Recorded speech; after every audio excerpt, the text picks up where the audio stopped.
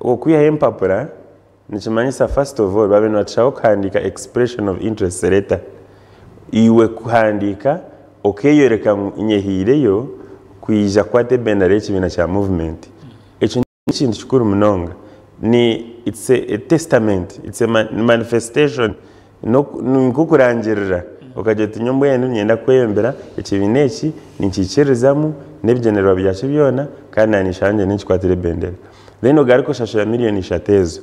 hato kiza hariya utwara n'ibyo bwegese bwawe so ati kutere tugarika 2017 byo kwa mukaga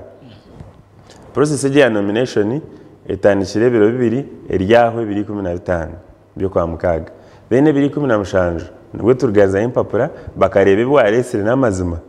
akwana batushabozo mu inebu verifying ozo mashomera gwashomiremo bagire ngo kashomeramo hato bigarizayo then n'abantu abo leta bariyo muri register ya NRM abantu kunominatinga cyakandi binindanga muntu naza kutera karura kamheru akandi tatakwenda bazi abantu abatara kunominating so kuruga hati kise 2015 ntujikosa kurondeje mikono ntuzikosa obwiro bwo kuronda gukora consultations